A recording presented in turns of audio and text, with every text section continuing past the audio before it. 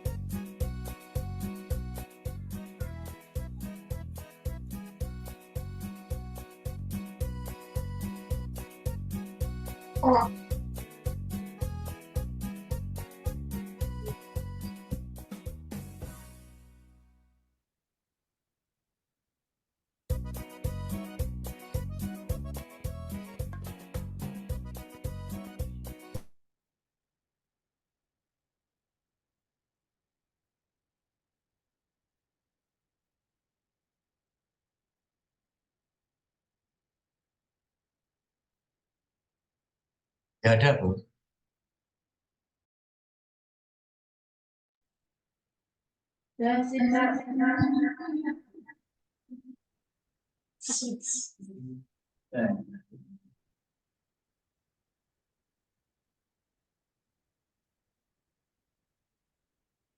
Bisa dimulai ya Bapak Ibu?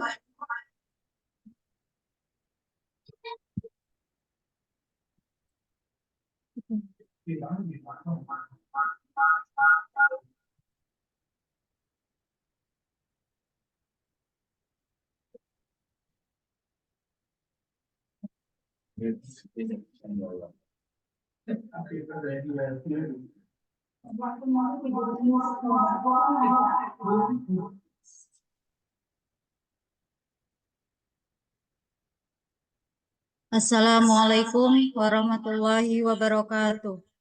Waalaikumsalam warahmatullahi. Salam sejahtera untuk kita semua. Om Swastiastu, Namo Buddhaya, salam kebajikan. Yang terhormat Korsatpen Kecamatan Gayam Sari, Ibu Heni Titik Lestari, SPD MPD. Yang kami hormati Bapak Kepala Sekolah Dasar Negeri Kalikewe, Bapak Haji Mulyono, SPD MPD, sekaligus Ketua Kelompok Belajar Sambal Kecap atau Sambil Belajar Kejar Capaian. Yang kami hormati Ibu panelis, Ibu Retna Wulandari Adi, SPD MPD.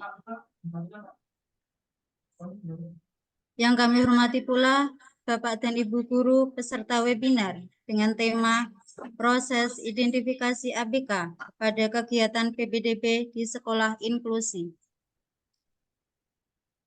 Pertama-tama, marilah kita panjatkan puji syukur kehadirat Allah Subhanahu wa Ta'ala, Tuhan yang Maha Esa, karena atas limpahan berkahnya dan karunia-Nya kita masih diberi kesempatan berkumpul dalam thalabul ilmi yang sangat bermanfaat bagi kita semua.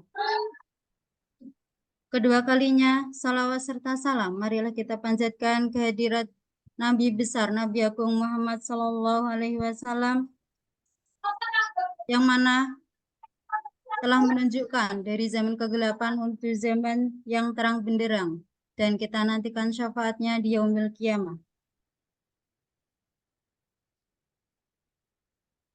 Baik Bapak Ibu guru sekalian, tak bijak rasanya kalau saya berlama-lama bicara di sini. Bapak Ibu guru yang saya hormati, mohon izin perkenalkan saya Vina Ismatul Uyun sebagai host pengganti yang menggantikan rekan saya Ibu Aan Irnawati karena pada saat ini sedang ada keperluan yang tidak dapat digantikan. Izinkan saya membacakan susunan acara pada siang hari ini. Adapun susunan acaranya adalah sebagai berikut.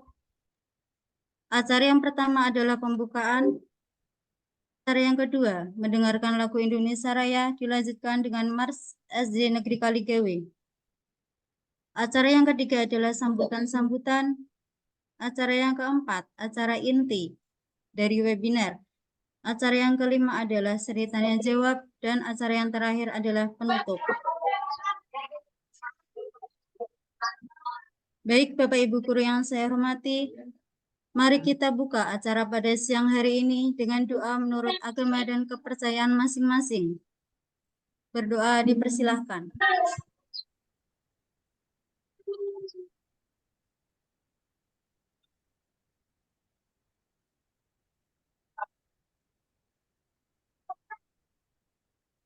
Semoga dengan doa tadi membuat acara kita berjalan dengan lancar tanpa halangan suatu apapun.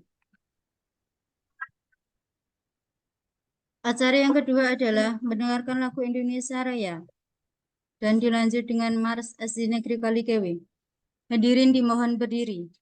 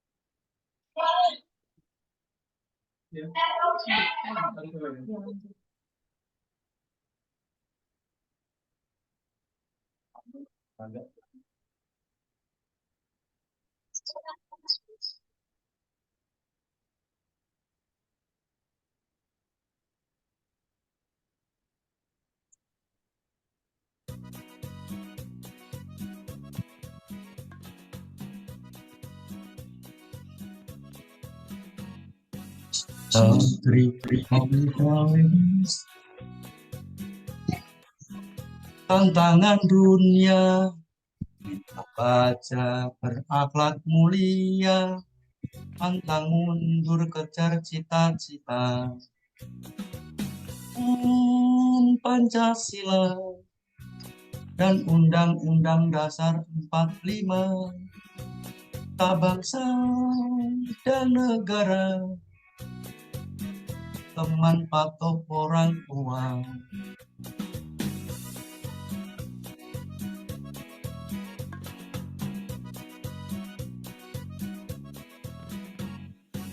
Negeri kali gawe kita siap menghadapi tantangan dunia. Kita baca berakhlak mulia, pantang mundur kejar cita-cita. Berkarakter, disiplin, serta cinta lingkungan. Berprestasi, SD negeri kali gawe bisa.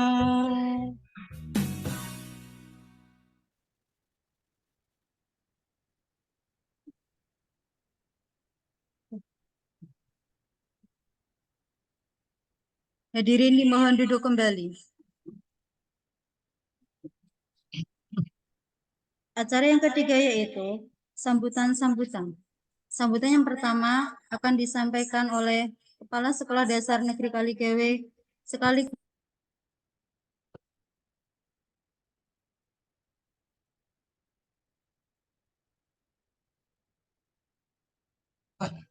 Assalamualaikum warahmatullahi wabarakatuh. Itu punyanya Bu Vina tadi. Assalamualaikum warahmatullahi wabarakatuh. Salam sejahtera.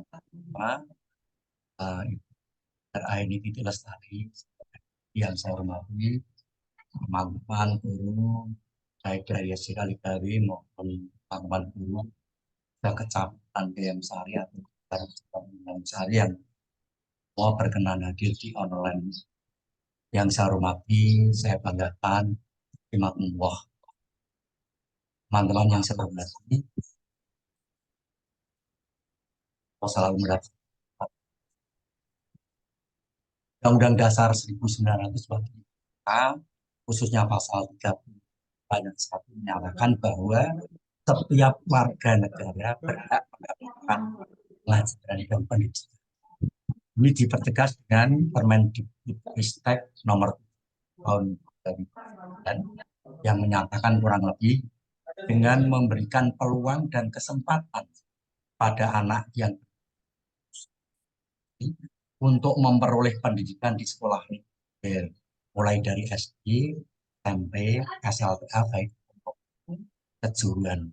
Dengan latar belakang itu kami kompil sambel tap belajar.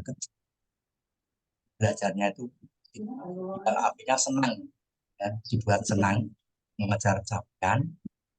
Jadi mengadakan webinar ini dengan tema proses identifikasi ABK pada kegiatan PPDB di sekolah ini.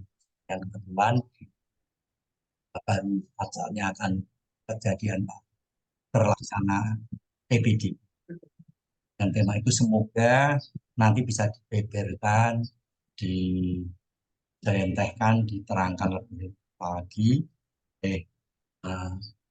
Bu Retno atau Guru Kaligawe yang tingkatnya sudah nasional di bisa membeberkan apa itu inti, apa itu ABK dan bagaimana cara membeberkan.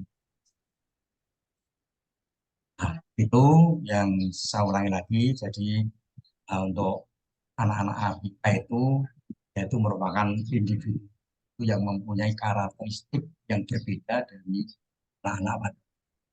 Nanti akan dijelaskan. Mereka hadir untuk dipikirkan, bukan dipinggir. Itu harapan. Dan yang bisa kami lakukan, selamat bergabung, niatin silaturahim di online ini sekaligus tolak.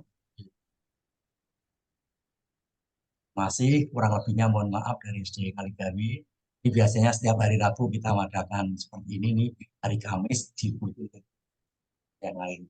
Harokallah, assalamualaikum warahmatullahi wabarakatuh. Waalaikumsalam warahmatullahi wabarakatuh.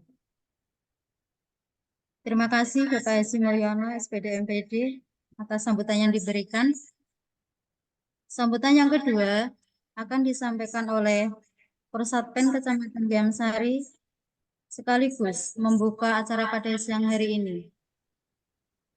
Kepada Ibu Dr. Andaheni Titi Lestari MPD, dipersilahkan. Assalamualaikum warahmatullahi wabarakatuh.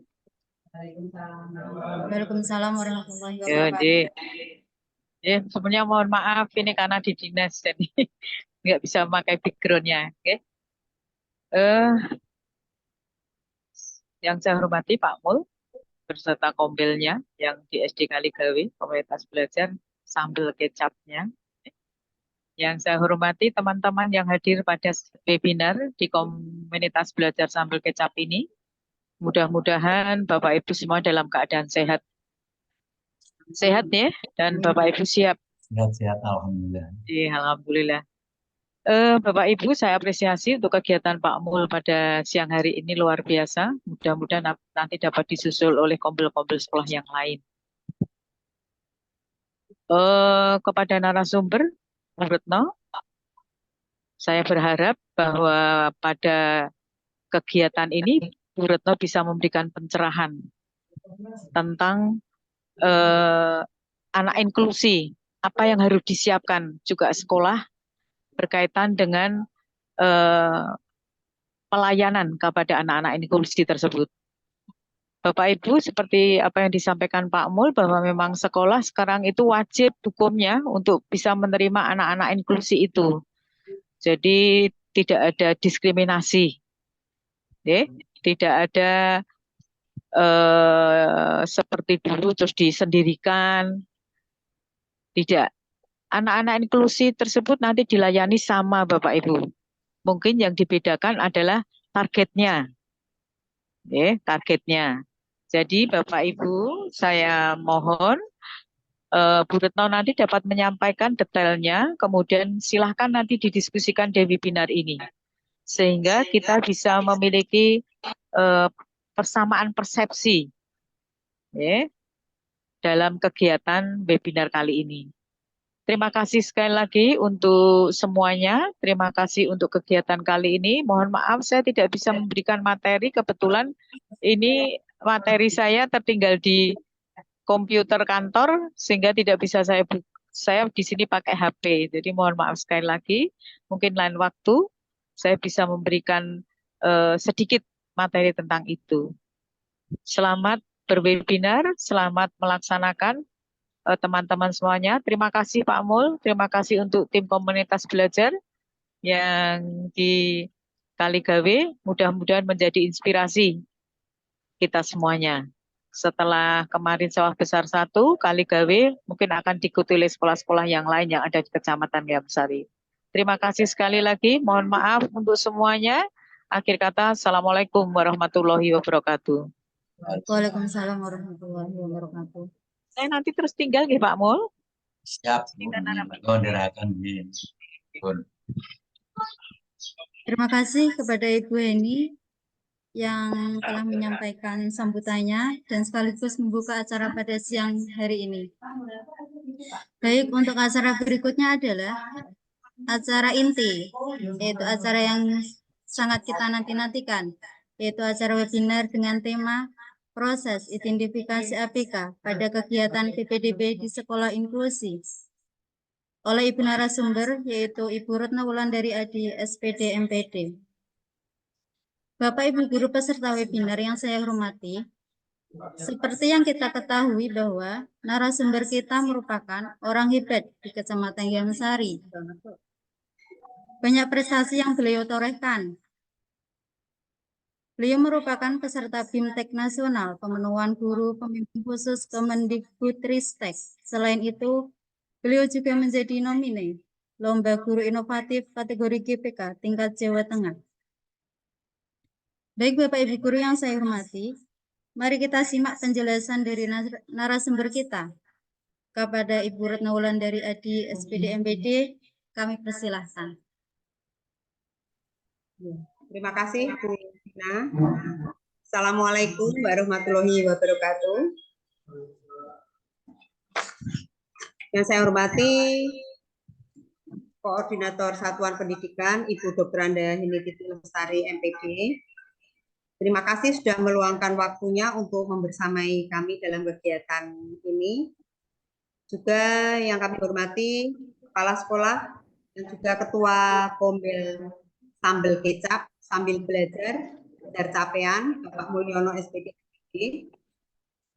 yang sudah memberikan kesempatan kepada saya. Yang saya hormati pula Bapak Ibu guru hebat peserta webinar proses identifikasi ABK atau anak berkebutuhan khusus pada kegiatan PPDB di sekolah inklusif. Tak lupa saya ucapkan terima kasih sebenarnya pada teman-teman yang tergabung dalam komunitas belajar sambil kita yang sudah memfasilitasi kegiatan ini hingga nanti Allah sertifikat keluar. Dapat sertifikat ya Pak? Bapak Ibu yang kami hormati, hari ini sebenarnya saya bukan narasumber ya, tapi belajar bersama. Kayaknya narasumber terlalu mendalam. Nanti kita belajar bersama apa yang sudah saya terima, kita akan saling sharing dalam kegiatan namanya komunitas belajar. Maka kita semua adalah belajar. Gitu ya. Ini Bapak Ibu yang kami hormati, sesuai dengan judul kegiatan pada hari ini yaitu proses identifikasi anak berkebutuhan khusus pada kegiatan PPDB di sekolah inklusif. Seperti yang sudah kita ketahui bersama, sudah disampaikan oleh Pak Mul ataupun Ibu ini, bahwa sekarang sekolah adalah sekolah inklusif. Hal ini tertuang dalam Undang-Undang Nomor 8 Tahun 2016 dan yang paling baru, yang terbaru, ini mengacu pada Permendikbud Nomor 48 Tahun 2023 bahwa sekolah itu setiap penyandang disabilitas itu mempunyai hak untuk memperoleh pendidikan atau pembelajaran dalam lingkungan pendidikan secara bersama-sama dengan peserta didik pada umumnya. Nah, maka mengacu dari itu, sekolah baik itu yang negeri maupun swasta juga harus menerima anak berkebutuhan khusus dalam kegiatan proses belajar mengajarnya jadi satu dengan anak-anak dari yang lain. Berkenaan dengan hal itu, maka menjelang penyelenggaraan kegiatan besar untuk sekolah kita yaitu penerimaan peserta didik baru. Menurut saya Bapak Ibu suara saya berdengar atau tidak? Bisa didengar ya? Bisa? Bisa aja. Ya. Berkenaan dengan peserta penerimaan peserta didik baru, maka sekolah harus mulai menyiapkan diri untuk melakukan identifikasi kepada peserta didik baru mengenai hal-hal apa yang harus kita berikan atau kita perlakukan kepada anak-anak berkebutuhan khusus. Oleh sebab itu, dalam proses layanan pembelajaran, hal yang pertama kita lakukan adalah identifikasi. Ingat ini Bapak Ibu. Sebelum ditayangkan, ini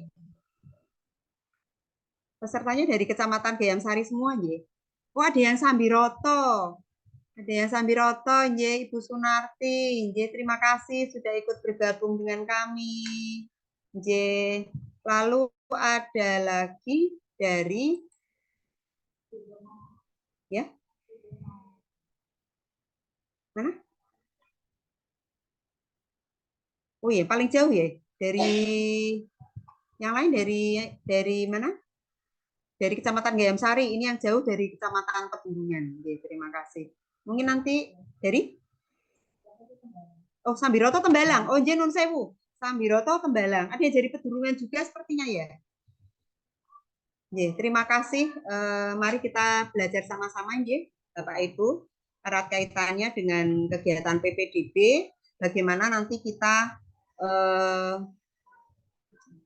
mengidentifikasi anak-anak tersebut untuk bersekolah di sekolah negeri atau sekolah swasta yang notabene sebelumnya belum teridentifikasi. Yeah. Apa itu identifikasi? Identifikasi sendiri nanti akan kami jelaskan sebagai langkah awal sebelum anak-anak berkebutuhan khusus kita berikan layanan pembelajaran. Yeah. Dan saya Pak, bisa di share screen.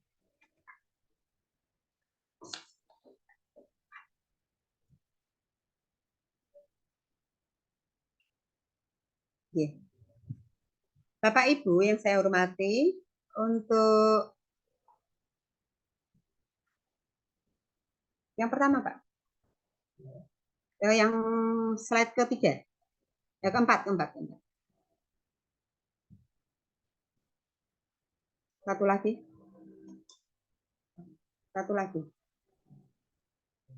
Ya. Mari kita berkenalan dulu sebelumnya untuk menyatukan pemahaman kita apa yang disebut dengan inklusif ya Bapak Ibu. Inklusif sendiri adalah suatu filosofi ya, filosofi untuk menerima perbedaan, belajar dari perbedaan dan belajar dengan perbedaan. Okay. Inklusif sendiri dalam kata bendanya adalah pencakupan. Jadi mencakup seluruhnya. Jadi lawan kata dari inklusif itu kan eksklusif ya Bapak Ibu. Kalau dulu pembelajaran dilaksanakan secara eksklusif. Jadi anak yang berkebutuhan khusus eksklusif berada di sekolah tersendiri. Pendidikan mendapat pendidikan yang eksklusif. Sedangkan saat ini dinamakan sekolah yang inklusif, yaitu sekolah yang mencakup seluruh perbedaan, baik itu anak yang berkebutuhan khusus maupun anak yang nanti kita sebut sebagai anak tipikal atau anak reguler. Ya. Namun seperti dalam penerapan kurikulum Merdeka bahwa pembelajaran itu bersifat diferensiasi. Jadi diferensiasi sendiri itu adalah perbedaan, ya. Oleh sebab itu memang dalam kurikulum Merdeka itu sudah terdapat pembelajaran yang berbeda. Oleh sebab itu ini klop dengan inklusif itu sendiri. Lanjut Pak. Nah, ada 4 elemen inklusif ya Bapak Ibu. Inklusif sebagai proses dalam merespon keberagaman, serta melibatkan penekanan khusus pada kelompok peserta didik yang kemarin-kemarin itu terpinggirkan atau exclusion. Dianggap kurang berprestasi karena hambatan yang dimilikinya. Lalu juga mereka kita hadirkan untuk terlibat dalam partisipasi dan membuat prestasi sendiri untuk anak-anak berkebutuhan khusus ini. Serta kita diminta untuk mengidentifikasi hambatan-hambatan pada anak-anak yang termasuk anak berkebutuhan khusus itu sendiri. Lanjut. Nah, pengertian dari pendidikan inklusif itu sendiri adalah sistem penyelenggaraan pendidikan yang memberikan kesempatan atau akses seluas-luasnya kepada semua anak untuk memperoleh pendidikan yang bermutu sesuai dengan kebutuhan peserta didik tanpa diskriminasi. Di mana tujuannya memberikan kesempatan kepada semua anak untuk memperoleh pendidikan yang layak sesuai dengan kondisi anak. Lanjut, Pak. Apa sebenarnya tujuannya, Bapak Ibu? Pemerintah mengeluarkan Permendikbud itu tujuannya bahwa agar semua anak bisa sekolah. Semua anak bisa sekolah, baik itu anak yang dianggap berkebutuhan khusus maupun anak yang tidak berkebutuhan khusus, walaupun setiap anak itu pasti memiliki kebutuhan yang berbeda-beda ya Bapak Ibu. Namun yang di sini adalah mereka yang memiliki disabilitas atau hambatan. Itu semua bisa sekolah. Lalu yang kedua adalah mempercepat penuntasan program wajib belajar. Yang ketiga, meningkatkan mutu pendidikan dasar dan menengah. Jadi itu sasarannya. Lalu juga menekan angka tinggal kelas serta putus sekolah. Lalu terciptanya kondisi saling menghargai antar peserta didik. Itu tujuannya. Selanjutnya. Nah, ini filosofinya Bapak Ibu. Jadi ada filosofi, landasannya adalah Bhinneka Tunggal Ika untuk sekolah inklusif ini. Lalu secara yuridis ada Undang-Undang Dasar 1945, Undang-Undang Perlindungan Anak yang bisa disaksikan pada layar kita. Dan yang terakhir ini adalah Permendikbudristek nomor 48 tahun 2023. Ya Bapak Ibu, di mana pasal 3 menyatakan bahwa penyediaan akomodasi yang layak untuk peserta didik penyandang disabilitas itu dilaksanakan oleh satu, pemerintah daerah. Ya.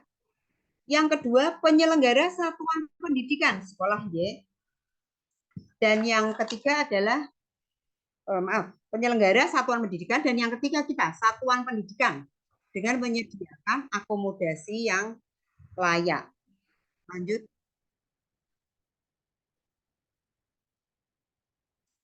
Lanjut. Bapak Ibu, apapun itu di setiap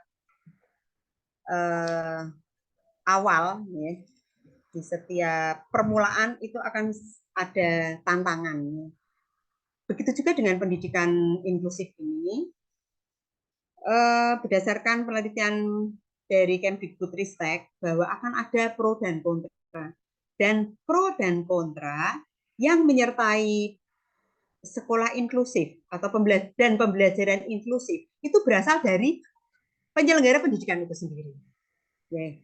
Oleh sebab itu, alhamdulillah saya bersyukur Bapak Ibu yang ada di sini tentu memiliki, kita akan memahamkan bersama, akan belajar bersama untuk memiliki satu pemahaman tentang sekolah inklusif dan juga anak-anak berkebutuhan khusus. Karena saya yakin bahwa tidak ada satu orang tua pun yang menginginkan memiliki anak yang berkebutuhan khusus di Bapak Ibu. Namun itu adalah anugerah. Jadi dan itu adalah tantangan bagi kita bagaimana kita dapat memberikan fasilitas kepada mereka untuk dapat berkembang dengan baik. Itu nih Bapak Ibu, nanti panjenengan bisa menularkan materi tentang kegiatan ini kepada rekan-rekan guru yang mungkin berhalangan untuk ikut, sehingga kita memiliki satu pemahaman yang sama dan tidak ada dusta di antara kita. Sehingga akan menjadi pro saja, kontranya hanya sedikit. Ini Bapak Ibu. Next, Pak.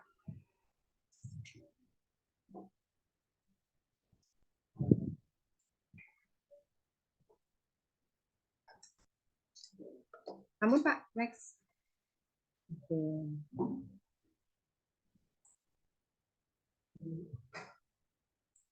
Yeah. Apa sebenarnya anak berkebutuhan khusus itu, Bapak Ibu? Mari kita belajar bersama. mungkin ada beberapa yang sudah pernah mengikuti kegiatan konsep inklusi, tetapi tidak ada salahnya nanti saya kupas secara garis besar saja, ya. Kalau nanti membutuhkan atau ngerasaaken PPT-nya nanti bisa di-share ya, Pak Aye. Ya. Bapak Ibu, bahwa anak berkebutuhan khusus itu ada dua, dapat diidentifikasikan menjadi dua, yaitu yang bersifat temporer dan juga bersifat permanen. Untuk yang temporer itu penyebabnya adalah dari luar atau eksternal. Sedangkan anak yang berkebutuhan khusus permanen itu bisa dari eksternal maupun dari internal. Sedangkan sifat hambatan perkembangannya untuk temporer, hambatan itu dapat menghilang jika diberikan intervensi yang tepat. Namun untuk anak yang berkebutuhan khusus permanen, sifat hambatannya itu juga permanen, seperti hambatan pendengaran, penglihatan, autis, dan lain-lain, itu sifatnya permanen. Lalu untuk eksternal, untuk yang temporer, itu contohnya adalah korban penyalahgunaan obat, ya. Lalu korban dari gempa atau banjir, atau peserta didik dengan kultur shock, atau mereka mendapatkan kekerasan dalam rumah tangga, lalu orang tua yang broken home, kemudian di rumah selalu ada masalah, anak menyaksikan, nah itu menyebabkan trauma tersendiri yang menyebabkan anak memiliki kebutuhan khusus yang temporer. Maka hambatan itu dapat menghilang jika diberikan intervensi yang tepat. Sedangkan untuk yang hambatan pendengaran itu memang sifatnya adalah permanen, ya, permanen, dan kita tetap dengan memberikan layanan pembelajaran sesuai dengan hambatan yang mereka miliki, itu diharapkan mereka akan juga memiliki perkembangan. Meskipun tentu berbeda dengan anak reguler. Tetapi kita lihat nanti ya, Bapak Ibu, hambatan seperti apa yang mereka miliki. Lanjut, Pak.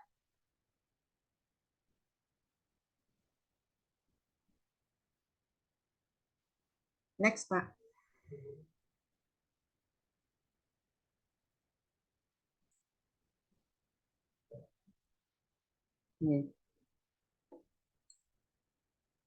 Bapak Ibu, untuk anak berkebutuhan khusus itu adalah anak yang mengalami keterbatasan atau keluar biasaan. Jadi tidak hanya yang terbatas, tetapi juga memiliki keluar biasaan.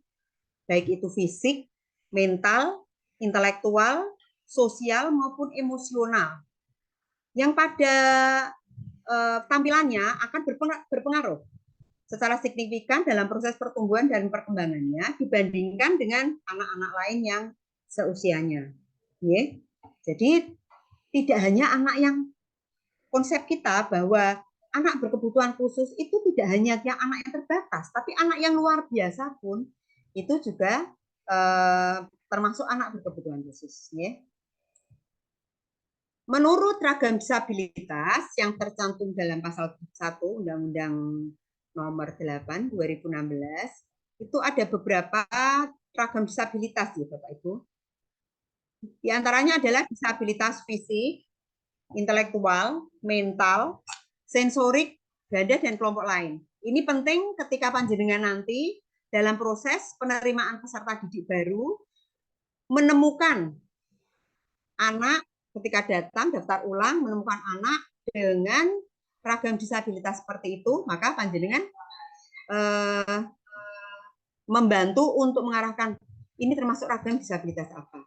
Untuk yang pertama adalah disabilitas fisik, ya. Ada beberapa, yaitu yang termasuk tunadaksa ringan, tunadaksa sedang, dan juga cerebral palsy. Cerebral palsy itu ada hubungannya dengan saraf ya Bapak Ibu, sehingga gerakannya ini tidak terkontrol. Lalu disabilitas intelektual itu meliputi tunagrahita ringan, tunagrahita sedang, dan Down syndrome.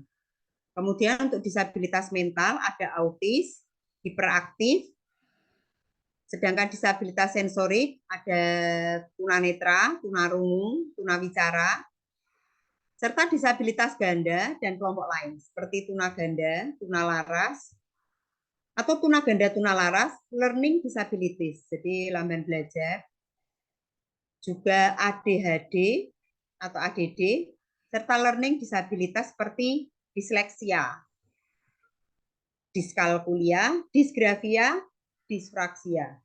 Itu. Lanjut next.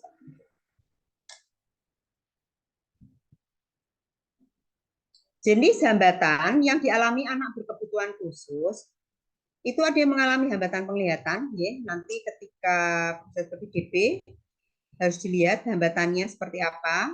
Lalu hambatan pendengaran, hambatan perkembangan intelektual, hambatan sosial emosi dan perilaku, hambatan fisik motorik, ASD atau autisme, ADHD, lamban belajar atau slow learner, serta kesulitan belajar spesifik yang tadi sudah dijelaskan di depan.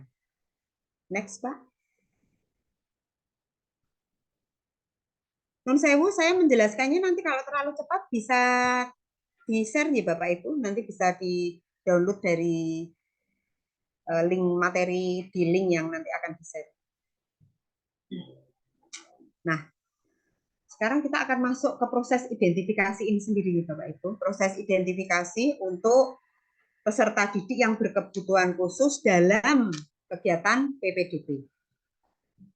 Apa sebenarnya tujuan dari identifikasi? Tujuannya itu, tadi sudah saya sebutkan di awal, identifikasi adalah permulaan. Permulaan sebelum kita melakukan asesmen dan pelayanan pembelajaran, itu kita melakukan identifikasi.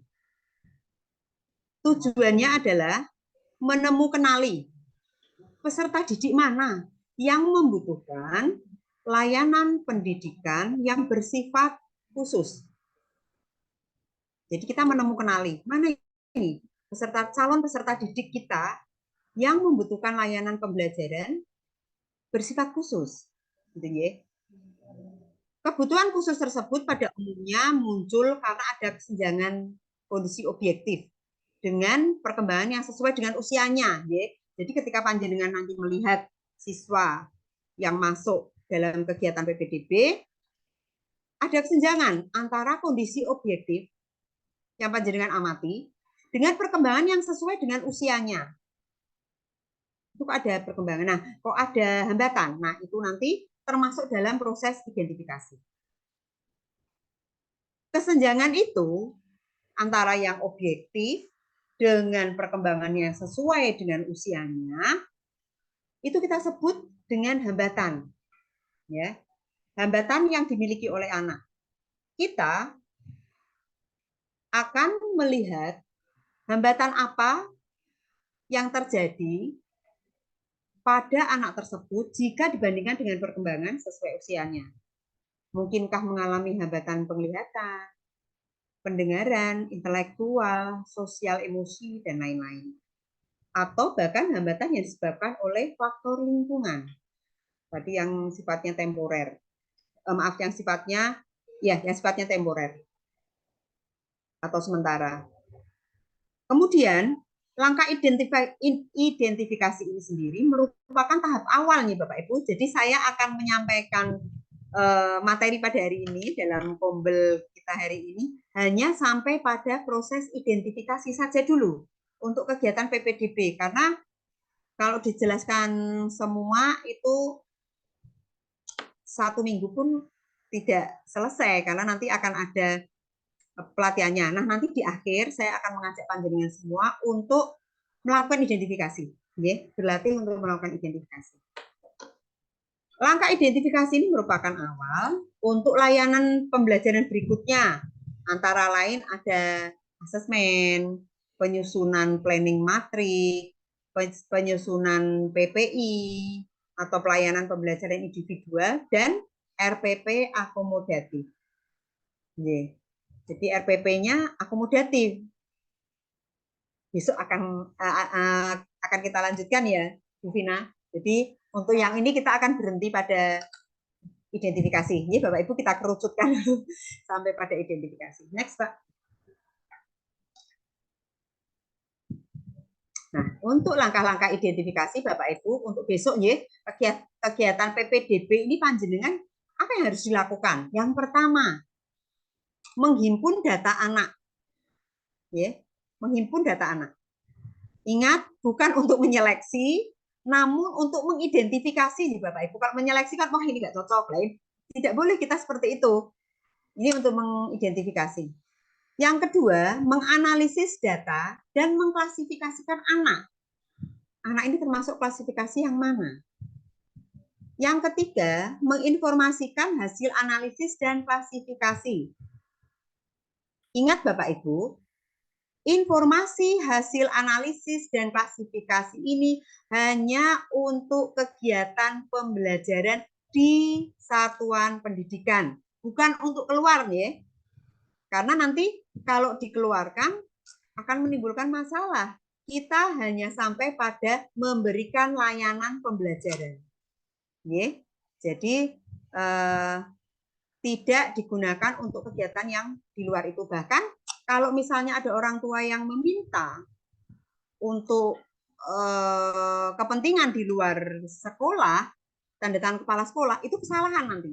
Kalau misalnya, ataupun nanti orang tua bisa menggugat, loh anak saya kok dijudge seperti ini. Nah, itu jangan. Ini tujuannya adalah untuk memberikan layanan pembelajaran di sekolah. Yeah.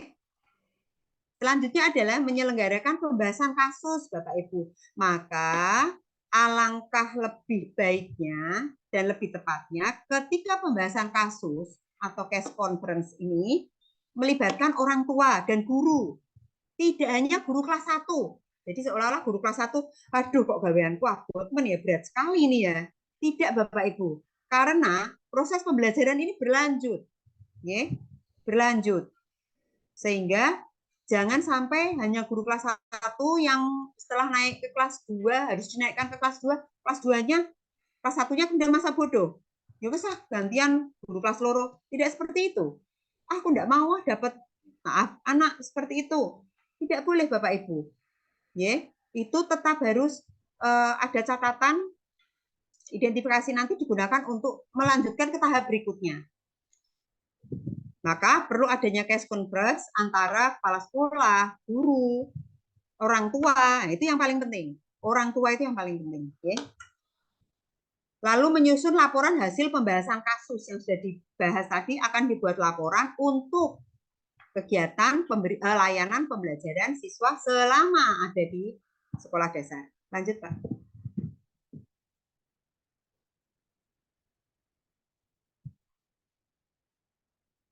Untuk teknik pengumpulan data, Bapak Ibu, yang pertama adalah observasi. Ya, observasi ini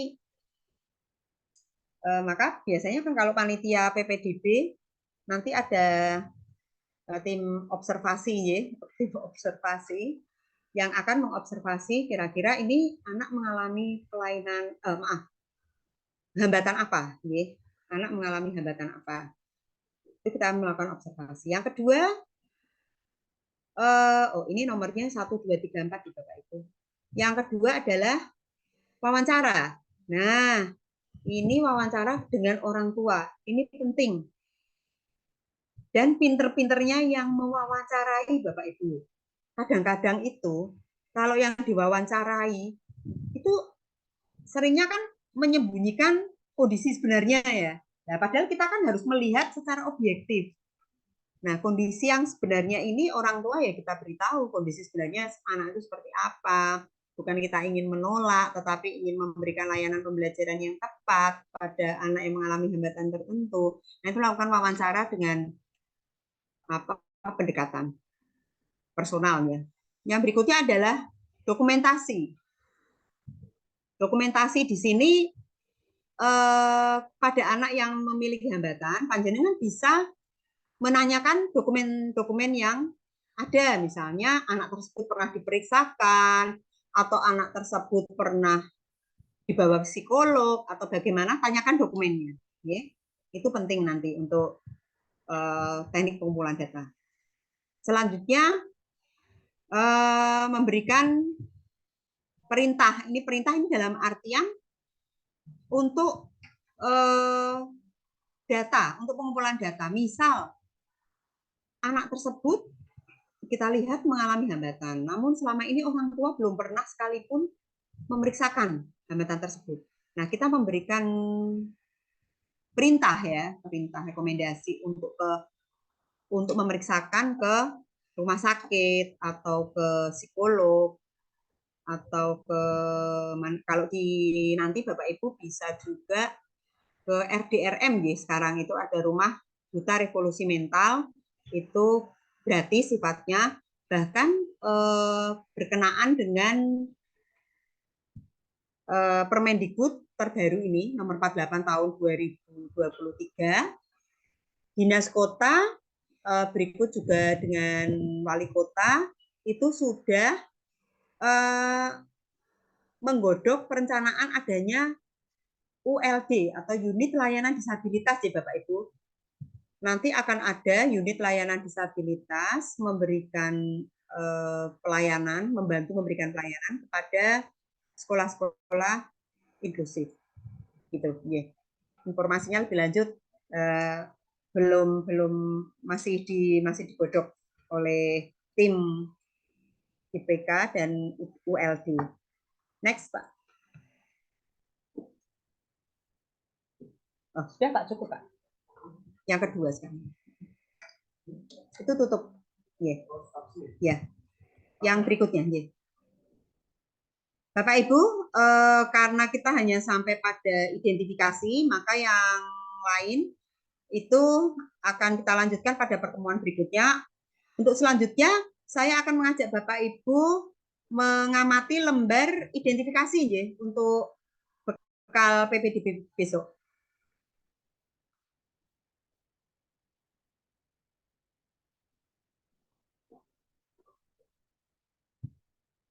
Ini kira-kira masih berapa menit, Bu Vina? Masih 1 jam.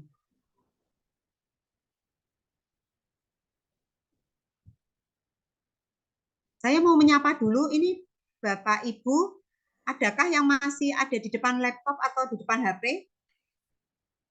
Bisa membuka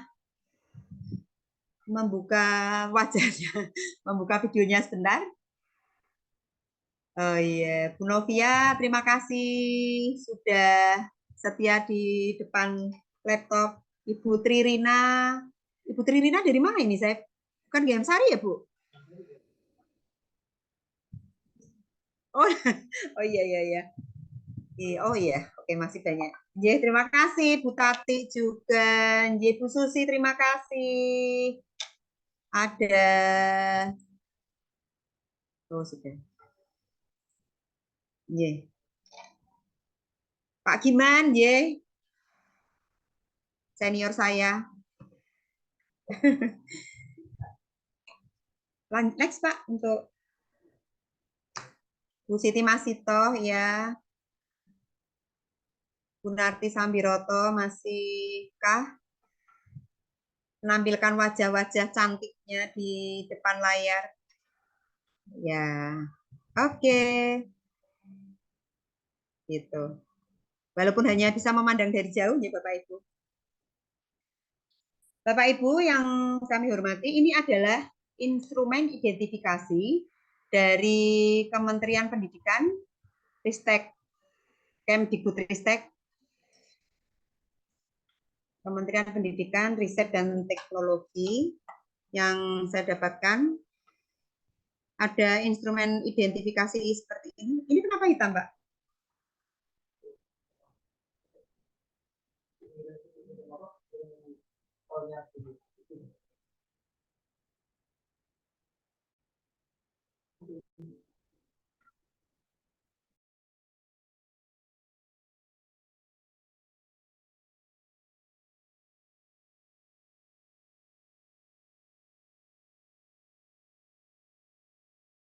Oke. Dan di-share dulu.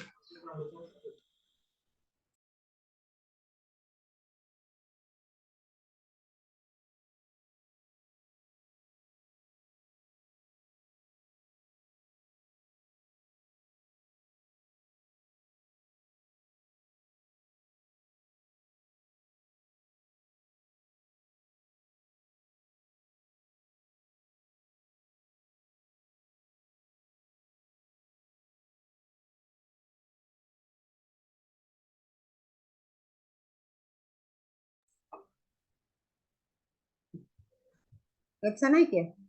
Waalaikumsalam. Agak naik sedikit.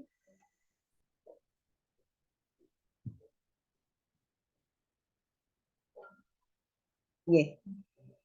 Bapak Ibu yang saya hormati, ini adalah contoh instrumen screening untuk peserta didik berkebutuhan khusus. Nanti kalau sekolah yang membutuhkan bisa kami sharekan, ya, bisa dibagikan untuk bekal kegiatan PPDB. Ya. Kalau yang membutuhkan monggo silakan. Ini adalah instrumen screening untuk PDBK, ya, Bapak Ibu ketika menjumpai siswa yang masuk di terjaring di sekolah panjenengan semua bisa melakukan instrumen screening ini. Jadi di sana ada sekolah, lalu tanggal screening, lalu sebutkan gurunya. Tuliskan nama peserta didik yang diduga membutuhkan layanan pendidikan berkebutuhan khusus. Itu panjenengan catat. Dugaan ini dapat didasarkan pada laporan guru kelas, guru mata pelajaran, orang tua hasil belajar, atau hasil rapor. Jadi untuk screening PDBK, ini bisa digunakan untuk panjenengan sebagai guru awal di fase awal. Misalnya untuk screening peserta didik baru. Bisa juga untuk screening peserta didik baru kelas 2. Peserta didik baru kelas 3 itu bisa. Ya. Jadi ini tidak hanya untuk siswa baru, tetapi siswa baru di kelas berikutnya itu juga bisa. Ngerti ya? Nah, tulis nama siswa, kemudian lanjut Pak. Kelas, umur, dan juga keterangan. Nah, ini saya berikan contoh di Bapak Ibu.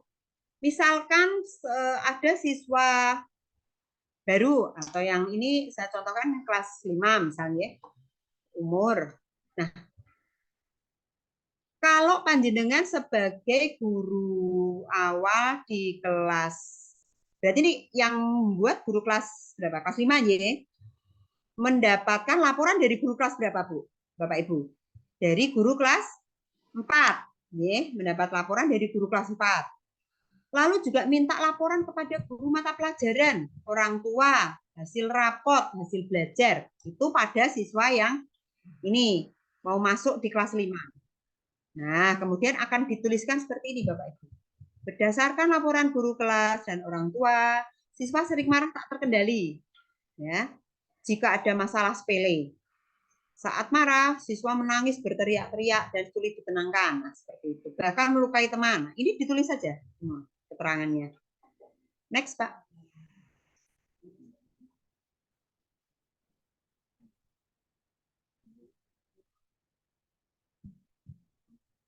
Nah, dapat juga dituliskan dalam kolom keterangan itu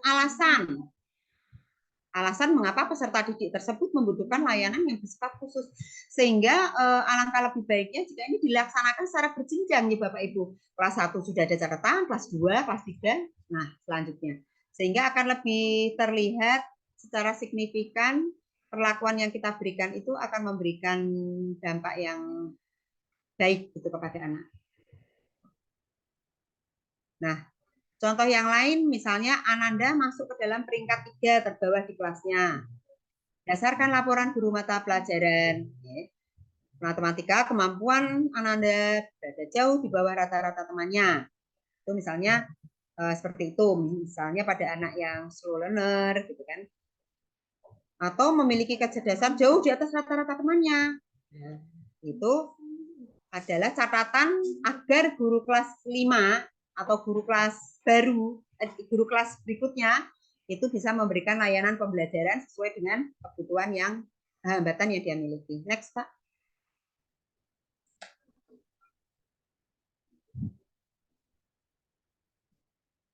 Nah, yang kedua ini adalah formulir instrumen identifikasi peserta didik berkebutuhan khusus. Oh ya, di awal tadi saya menyatakannya adalah proses identifikasi ABK. Kenapa di sini PDBK ya? Saya jelaskan dulu untuk menyamakan persepsi ya Bapak Ibu. Untuk ABK, anak berkebutuhan khusus, itu belum menjadi siswa kita, belum menjadi peserta didik kita. Maka ketika PPDB namanya adalah siswa ABK, berkebutuhan khusus gitu ya. Namun setelah dia menjadi siswa didik kita, maka statusnya berubah menjadi PDBK, peserta didik berkebutuhan khusus. Gitu ya, perbedaannya antara ABK dengan PDBK. Jadi kalau dia sudah berada di kelas kita, maka namanya adalah PDBK, peserta didik berkebutuhan khusus. Ya, lanjut untuk yang nomor 2, area hambatan peserta didik. Ya. Kita tulis nama, sekolah, kelasnya, gurunya. Ya. Lalu kita berikan tanda checklist Bapak Ibu untuk kolom yang sesuai dengan hambatan yang dimiliki. Contohnya, next turun sedikit Pak. Nah, ini adalah identifikasi hambatan yang bersumber dari faktor individu. Yang pertama, ada ketidakmampuan yang berkaitan dengan fungsi motorik kasar, misalnya tidak bisa mungkin bangun agak susah untuk anak-anak yang memiliki tunadaksa, duduk, jongkok, berdiri, berlari itu bagaimana? Kondisinya ada indikator ketidakmampuan enggak? Kalau tidak kita centang tidak. Kalau kondisinya ada berarti kita berikan ya. Lalu dengan berikan keterangannya, misalnya tidak mampu berkaitan dengan fungsi motorik kasar. Misalnya untuk bangun saja sulit. Nah, ini untuk apa Bapak Ibu? Untuk memberikan layanan pembelajaran khususnya pada pelajaran olahraga misalnya. Tidak mungkin anak tersebut kita suruh untuk berlari dan targetnya capaian pembelajarannya adalah berlari, kan tidak bisa. Nah, untuk itu ini gunanya untuk memberikan layanan pembelajaran yang berbeda dengan siswa yang lain. Next, yang kedua,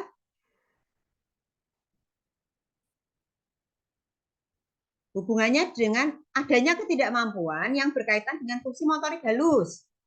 Misalnya selalu ngiler gitu ya Bapak Ibu, atau ngeces gitu kan ada ya kadang anak-anak seperti itu, atau tidak bisa menutup mulutnya, membuka sambil netes-netes misalnya seperti itu. Nah itu kita tuliskan, berarti ada ketidakmampuan yang berkaitan dengan fungsi motorik halus. Ya atau tidak, ya ditulis saja nanti seperti apa. Lalu adanya ketidakmampuan berhubungan dengan tangan. Nah, agak turun Mbak. Nah, apabila Bapak Ibu kita melihat anak tersebut tangannya tidak bisa menggenggam pensil, tapi kita paksakan mereka untuk menulis. Kemudian ketika dia tidak bisa menulis, kita katakan dia bodoh, dia tidak bisa melanjutkan ke pendidikan berikutnya. Itu bagaimana? Tepat atau tidak Bapak Ibu? Karena dia memang tidak mempunyai kemampuan yang berkaitan dengan fungsi motorik halus. Nah, ini digunakan untuk memberikan layanan pembelajaran yang berbeda. Jadi di awal saya sudah menyatakan bahwa identifikasi adalah langkah awal dalam pemberian layanan pembelajaran individual. Lanjut. Pak Firman, next. Nah ini ada komunikasi dan bahasa. Lanjut aja. Lanjut ya Bapak Ibu, nanti tinggal ya personal sosial, perilaku hiperaktif, impulsif, gangguan perilaku. Itu ya, bisa dilihat di situ yang akan kami sharekan nanti. Ya. Lalu ketidakmampuan mengikuti aturan. Nah, itu juga termasuk hambatan itu Bapak Ibu. Agresif, menyakiti diri sendiri. Nah, lalu perilaku yang terbatas dan berulang, yang tidak fleksibel, harus itu diulang-ulang. Sudah ditegur, tetap emosi, sudah ditegur, tetap diulang. Itu juga termasuk hambatan, walaupun kelihatannya normal atau reguler, tetapi dia memiliki hambatan. Nah, itu yang perlu kita perhatikan. Lalu kemampuan akademik. Baca, tulis, hitung. Nah, mungkin ini banyak ya Bapak Ibu yang memiliki siswa seperti itu, yang kadang kita golongkan sebagai siswa, kalau dulu siswa bodoh ya, sekarang tidak boleh kita mengatakan siswa bodoh, tetapi lebih ada bahasa lebih halus yaitu slow learner atau lamban belajar ya. Mungkin dia tidak bisa secara akademik, dia kurang bisa membaca, menulis, kesulitan menulis, kesulitan berhitung.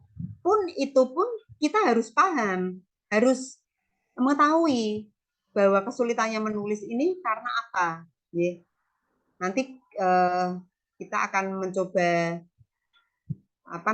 sharing ya Bapak Ibu untuk penulisan untuk proses identifikasi ini. Lanjut Pak.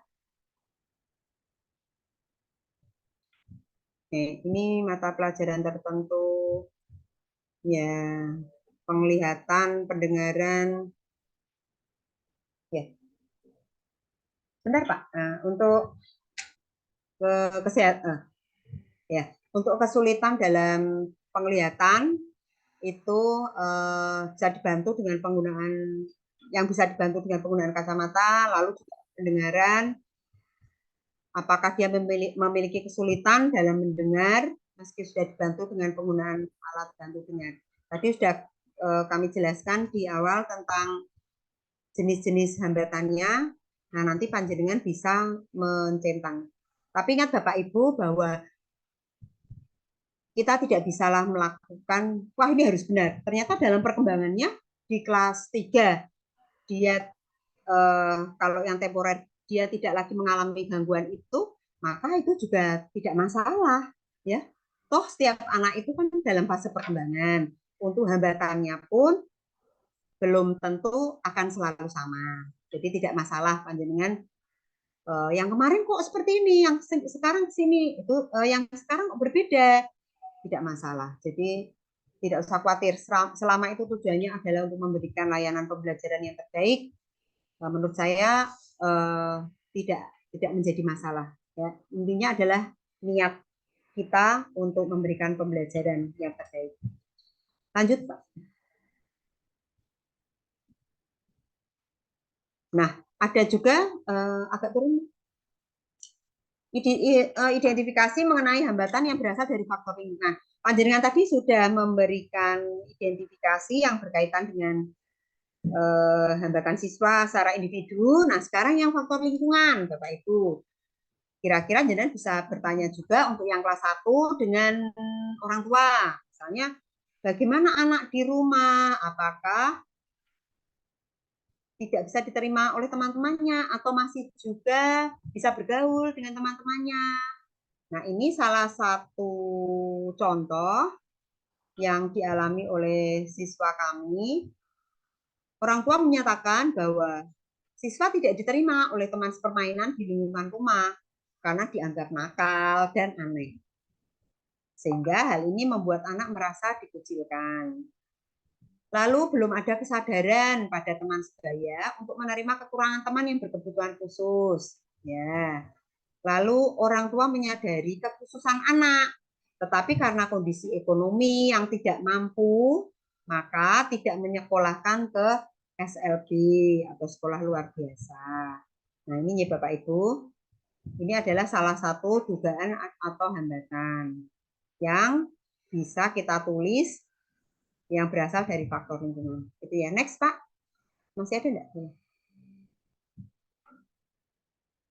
Nah, ini setelah panjenengan melakukan identifikasi, nah bisa dibuat laporan hasil identifikasi. Apa saja penyebabnya? Nah, penyebabnya itu panjenengan tulis. Ada faktor bawaan, kesulitan berinteraksi. Next, Pak. Nah, lalu penyebab hambatannya penerimaan lingkungan tempat tinggal siswa. Ini bukan patokan nih Bapak Ibu. Ini bukan juga acuan. Ini hanya contoh. Setiap anak akan berbeda-beda juga hambatannya dan juga faktor lingkungan yang mempengaruhinya. Lalu hambatan yang disebabkan karena faktor kesehatan. Jadi ada faktor personal, faktor lingkungan, dan juga faktor kesehatan. Lanjut, Pak. Nah, ini pada siswa kami kemarin mengalami disabilitas, gangguan emosi, atau emotional disorder, serta keterlambatan, ada juga mengalami keterlambatan belajar. Itu contohnya saja. Next, Pak. Ada lagi.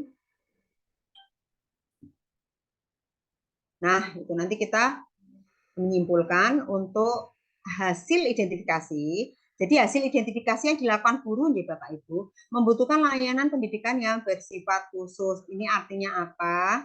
Nanti dalam kegiatan layanan pembelajaran ada asesmen, ada pemberian layanan individual, itu dia membutuhkan layanan yang bersifat khusus. Nanti hubungannya lagi dengan kurikulum. Yang kemarin mungkin mengikuti kegiatan kurikulum itu kami sudah menyampaikan juga tentang dimasukkannya siswa berkebutuhan khusus dalam kegiatan beban belajar dan juga pelayanan pembelajaran di dalam kurikulum. Dalam kurikulum itu bisa. Sehingga nanti anak berkebutuhan khusus akan mendapatkan kurikulum yang berbeda. Bisa kurikulum akomodatif, bisa kurikulum adopsi, ya adoptif. Nanti ada beberapa sesinya, nanti jangan di sini ya. Kalau di sini nanti terlalu panjang. Itu ya. Lalu rekomendasi yang diberikan apa menurut panjenengan? Apakah dia bisa diberikan terapi atau harus ke psikologi? Nanti dikonsultasikan dengan orang tua, ya. Atau dokter tumbuh kembang. Biasanya ada siswa yang di SD Kaligawi itu juga, oh dia ke terapis, dibawa ke terapis, dan ternyata juga sudah menunjukkan perbedaan perkembangan. Nah, itu kan kita menyarankan kepada orang tua. Berikutnya juga ada tanda tangan guru yang melakukan identifikasi. Ingat Bapak Ibu bahwa ini sifatnya adalah digunakan untuk memberikan layanan pembelajaran, bukan untuk yang sifatnya meminta sumbangan atau apa gitu ya. Tapi sifatnya adalah untuk pemberian layanan pembelajaran di sekolah saja. Itu ya. Cukup Bu Vina, mungkin untuk selanjutnya monggo waktu saya kembalikan.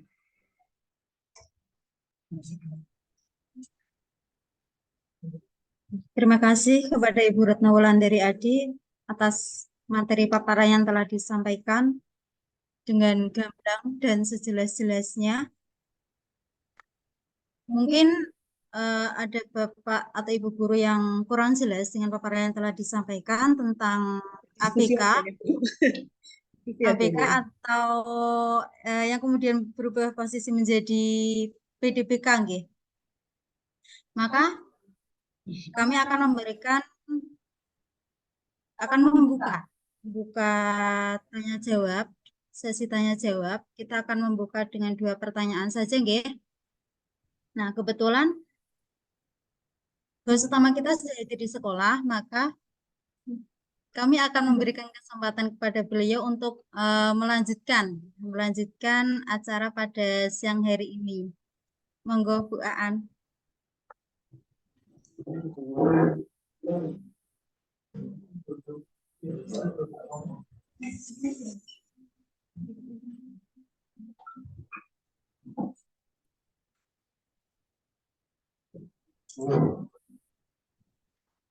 Oke, terima kasih Bu Vina untuk waktunya. Mohon maaf Bapak Ibu, tadi baru saja ada tugas yang tidak bisa saya tinggalkan.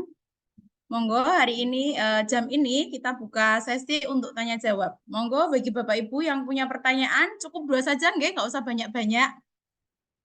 Begitu nggih Bu Retno? Monggo Bapak Ibu, dipersilahkan.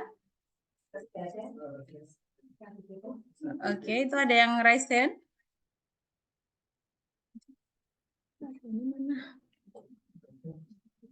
Adakah yang mau bertanya?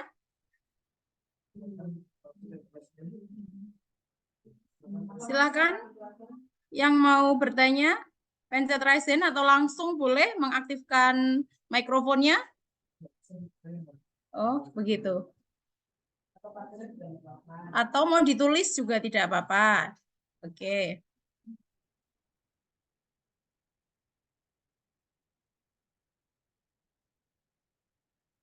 Ini nampaknya sudah pada jelas semua ini, Bu Retno. Sudah pada jelas. Nah, ini perlu di-share enggak? Untuk apa? Ini ada ini Bu Retno yang raise hand. Monggo Ibu Sunarti dari SD Negeri Sambiroto, nggih. Monggo.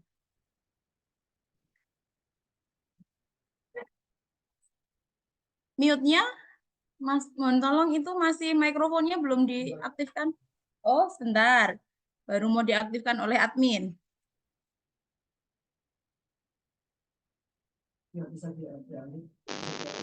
kasih kepada Ibu Vina, tapi Suaranya nyaris tidak terdengar, Ibu yang cantik. Monggo Bagaimana, Ibu? suaranya lebih dikeraskan lagi.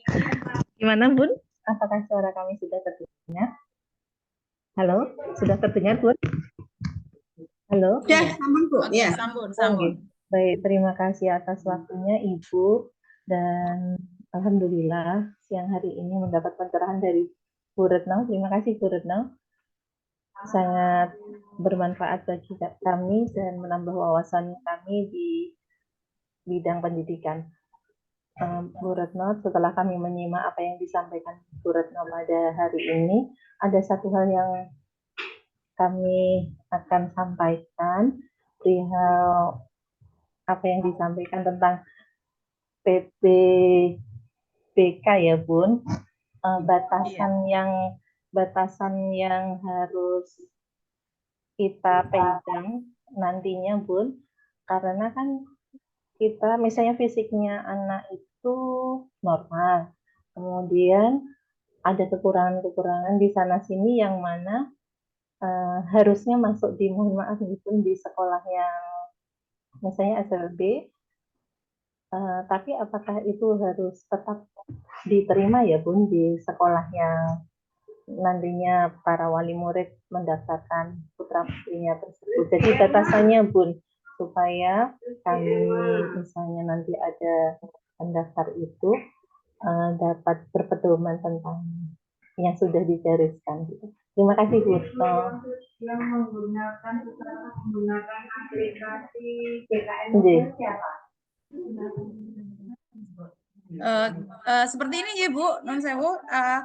Tadi yang ditanyakan apakah benar ya?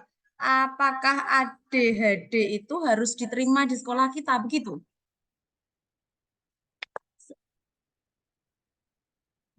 Soalnya kok suaranya tadi agak menghilang. Bu Sunarti, bisa diulangi lagi. Tadi agak menggema, kurang bisa diterima dengan baik oleh kami. Itu punyanya Bu Narti masih mic-nya masih mute. Iya, Pak, ini ketika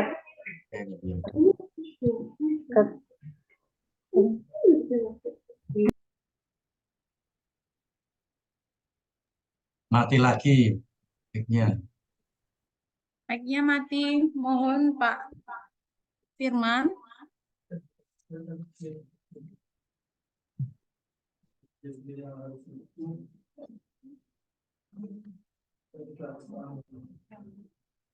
Nun sewu Bu Sunarti, mic-nya mohon diaktifkan.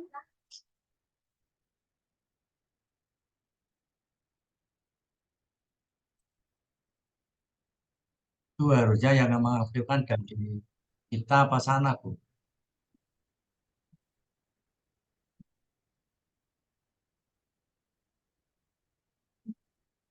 Nggak bisa.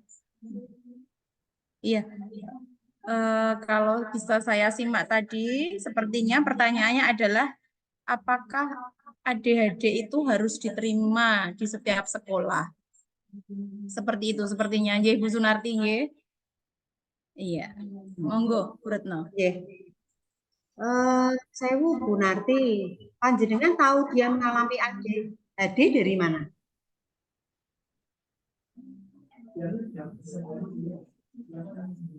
Kalau misalnya belum pernah diperiksakan, Pun kalaupun sudah diperiksakan, sekolah harus menerima kalau dia masuk ke sekolah kita. Nathan. Iya begitu.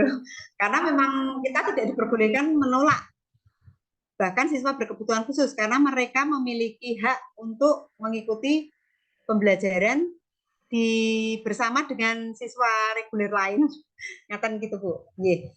Untuk selanjutnya mungkin nanti bisa diberikan apa namanya tadi panjenengan ngisi identifikasi seperti apa, apakah benar mengalami ADHD atau tidak, tentunya dengan rekomendasi dari ahli yang lebih berkompeten. Ngaten Ibu Narti, terima kasih.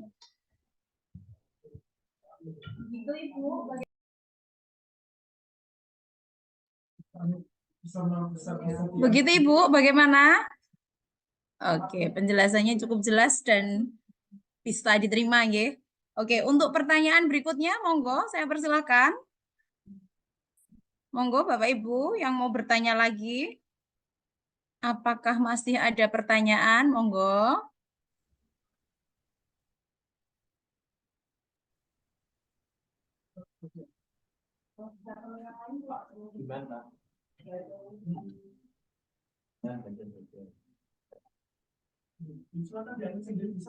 Monggo Bapak Ibu.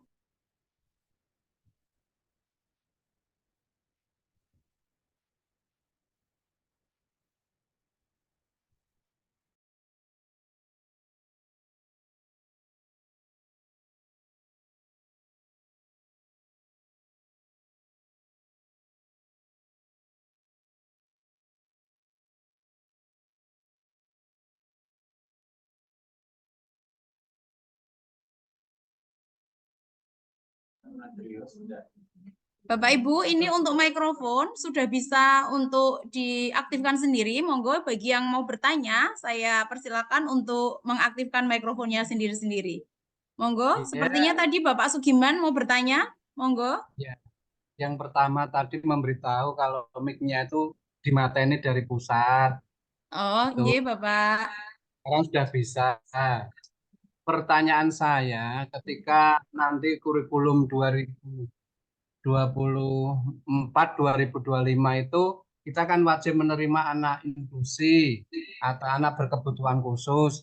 Apakah kurikulum kita juga menyesuaikan atau memuat tentang anak-anak inklusi begitu?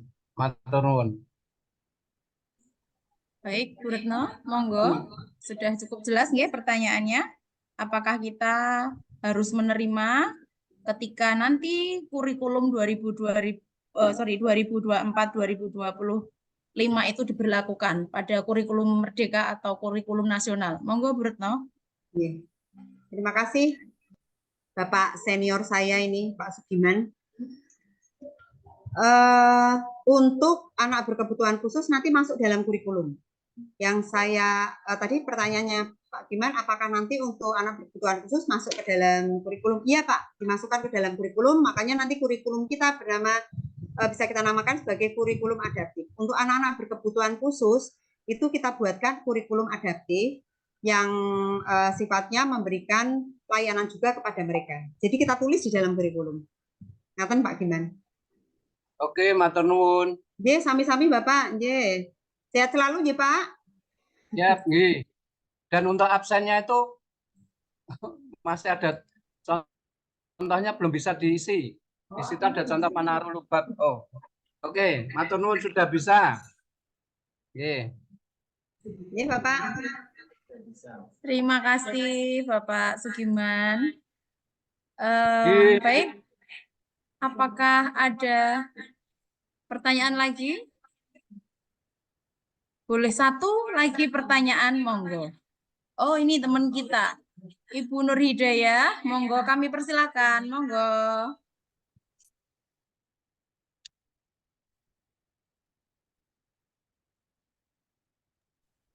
Ibu, non sewu. Oke, harus on cam nggih supaya kita bisa lihat kecantikannya.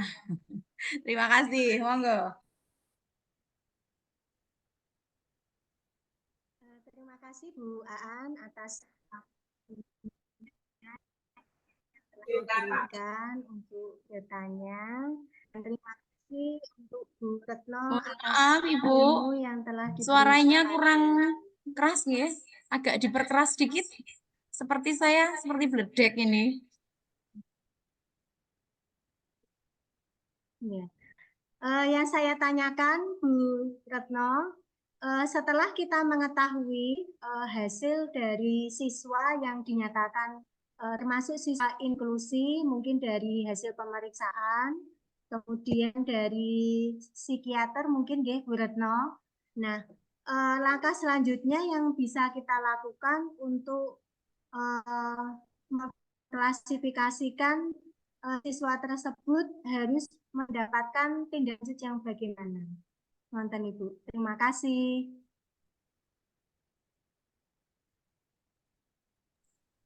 Terima kasih, Bu Nur. Monggo, Bu Retno, untuk langsung bisa menjawab pertanyaan dari saudara kita, yaitu Ibu Nur Hidayah. Waktu kami persilakan, monggo. Ya, terima kasih, Bu Nur. Jadi, Bapak Ibu, mungkin semua sudah paham ya bahwa sekarang ada RDRM, Rumah Duta Revolusi Mental, yang menjadi rujukan bagi kita yang memiliki siswa berkebutuhan khusus. Mereka nantinya akan kita daftarkan di RDRM untuk mendapatkan layanan psikologis secara gratis. Nah, setelah itu dari RDRM nanti akan keluar surat rekomendasi atau surat keterangan tentang jenis hambatan pada anak. Apabila nanti kita sudah mendapatkan jenis hambatan pada anak, maka tugas kita untuk menyiapkan layanan pembelajaran kepada anak tersebut. Karena kan setiap anak yang memiliki kebutuhan khusus itu layanannya beda. Bahkan anak yang reguler pun itu juga layanannya berbeda ya Bapak Ibu ya. Sehingga memang kita sebagai guru dituntut untuk banyak akal ya, bagaimana cara menghadapi berbagai ragam siswa, termasuk siswa yang disabilitas. Jadi nanti setelah mendapatkan rekomendasi layanan, setelah mendapatkan identifikasi, kita melakukan rekomendasi. Setelah kita mendapatkan rekomendasi dari tenaga ahli yang gratis tadi di RDRM, selanjutnya kita akan memberikan layanan pembelajaran. Kadang ada pertanyaan, kami kan ini guru kelas, belum pernah dapat sebagai guru GPK atau guru pembimbing khusus.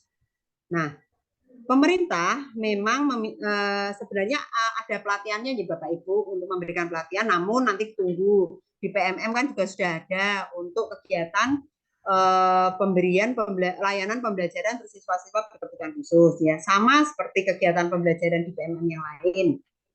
Nah, sedangkan apabila nanti sudah keluar surat rekomendasi, yaitu tugas kita untuk memberikan layanan pembelajaran sesuai dengan jenis hambatan yang dimiliki oleh siswa. Dan ingat itu nanti berjenjang ya Bapak Ibu. Jadi jangan sampai guru di kelas 1 sudah memberikan layanan, tapi yang kelas 2 tidak, kelas 3 tidak. Tentunya ini tidak akan sesuai dengan harapan ngaten ya. Dan apapun itu Bapak Ibu, tadi sudah saya sampaikan di awal, tidak ada satu orang pun orang tua yang menginginkan anaknya memiliki hambatan. Oleh sebab itu pun kita juga menerima sebagai seorang tenaga pendidik, menerima apapun kondisi siswa, karena itu salah satu amanah yang ya diberikan kepada kita. Ya, kita layani saja semaksimal mungkin, dan tentunya ya diperlakukan juga dengan baik, memberikan pengertian kepada teman-temannya apabila ada yang tidak bisa menerima kehadiran mereka, karena bagaimanapun mereka juga membutuhkan berteman dengan siswa yang kita katakan saat ini normal, ini tidak. Karena normal tidak itu kan hanya pada istilahnya Bapak Ibu. Semoga mereka nanti dalam bimbingan panjenengan bisa hidup secara normal dengan keterbatasan dan hambatan masing-masing. Itu ya Ibu. Terima kasih. Bagaimana Bu Nur? Bu Nur Hidayah bagaimana? Sudah cukup jelas ya? Oke. Masih adakah yang ingin bertanya? Monggo Bapak Ibu yang masih ingin bertanya. Saya buka lagi untuk season ini dengan 2 pertanyaan. Atau mungkin sudah pada jelas semua ini? Oke, bagaimana Bapak Ibu? Oh iya, sebentar Bu, ini ada pertanyaan yang dari saya ini. Oke, monggo Bu Retno. Dari saya nanti semoga nanti bermanfaat bagi yang lain.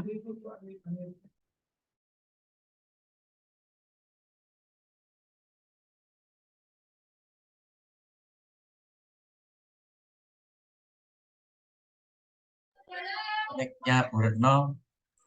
Oh ya, ada pertanyaan Japri nih ya, apa nama kombel sambal kecap? Nanti lebih jelasnya ke Pak Mul ya, yang memberi nama. Lalu ada lagi Japri ke saya dari Pandan Lamper 3. Bu, tolong kirimi link presentasi. Siap Bu? Ya, siap. Presentasi dan juga form untuk identifikasi, insya Allah nanti akan kami kirimkan, dan siapapun nanti kalau mau Japri dipersilahkan, kita saling belajar, semoga ilmu ini bermanfaat untuk semua, itu harapan saya. Terima kasih. Itu ya, tidak ada pertanyaan lagi, nanti biar Pak Mul untuk saya tidak ada pertanyaan lagi ya Tuan. Nggih. Ya, untuk saya cukup ya. Assalamualaikum warahmatullahi wabarakatuh. Waalaikumsalam warahmatullahi wabarakatuh. Monggo, sebentar. Pak Mul bisa menjawab tadi apa itu sambal kecap? Sambal yang dikecapi nggih seger siang-siang begini. Monggo Bapak. Ya, terima kasih teman-teman yang respon pada kegiatan ini. Ini hanya istilah, kalau bahasa seninya kami cari sensasi biar mudah. Sekarang kan zamannya gitu, biar mudah dihafal, mudah diingat, kemudian sambil semua dikatakan senang. Sambal kecap itu sambil belajar kejar capaian. Artinya di Kaligawe kan cita-citanya kan setiap hari kerja trikarya. Bekerja itu trikarya, 1, bekerja dengan niatan ibadah. Yang kedua, buat selalu happy setiap hari. Ya. Itu. Kemudian yang ketiga, kemarin itu niat ibadah, happy, dan apa coba teman-teman kemarin? Ya, ini yang happy, sambil kecap, sambil belajar, kejar capaian, bukan meringankan, bukan nyantai-nyantai belajar, tapi belajar itu bisa sambil belajar, namun tetap bisa mengejar capaian, tidak istilahnya tidak dipaksa belajar. Saya kira itu, ini hanya sekedar biar sudah dihafal. Terima kasih atas pertanyaannya dan keikut. Matur nuwun, monggo. Iya, terima kasih Bapak. Itu tadi Bapak Ibu arti dari sambal kecap yang sudah diuraikan oleh Bapak Kepala Sekolah kami. Monggo berikutnya Bapak Ibu, kita di sesi foto bersama nggih. Monggo untuk bisa mengaktifkan kameranya, cari pose yang paling baik, yang paling the best nggih. Supaya kita bisa melihat wajah ganteng dan wajah cantik kita. Monggo, mari kita sesi foto bersama. Silakan Bapak Ibu untuk on cam.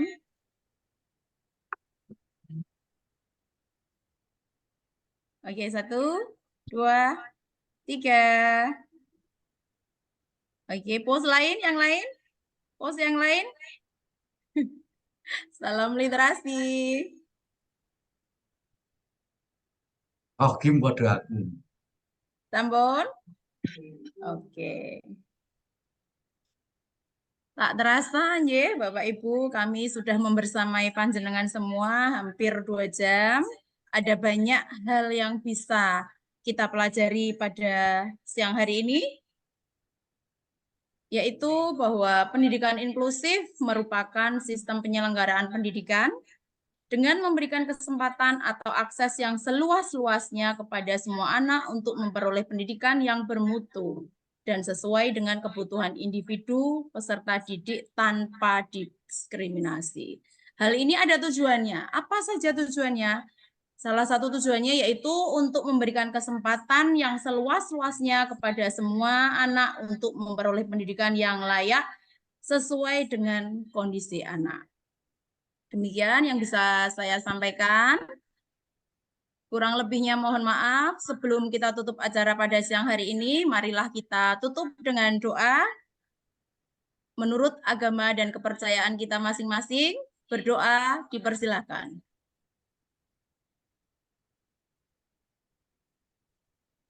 Selesai.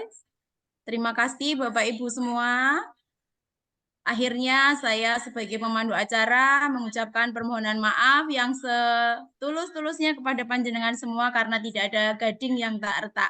Akhir kata, wassalamualaikum warahmatullahi wabarakatuh. Salam sehat semuanya. Matur Waalaikumsalam nuwun. warahmatullahi wabarakatuh. Wabarakatuh. Semangat. Terima kasih, Bu Vina. Bu Aan PR-nya sedang digarap. Oke, Bapak. Halo Bu Nani.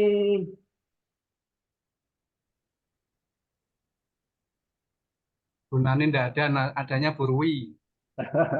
Itu ada itu Pak Bu Nani itu. Halo Bu Nani. Selamat berjuang di Kuningan, Pak. Pak Arianto, ini melintas.id kok ikut single nih. Ini autor hebat ini, jangan lupa Bapak Ibu untuk melihat info-info penting Bapak Ibu, aktual lewat melintas ID. hanya sekadar memberikan informasi bahwa presensinya nggih ampun supe. Presensi. Monggo. Semuanya sami ngisi presensi nipun. Nggih, matur nuwun.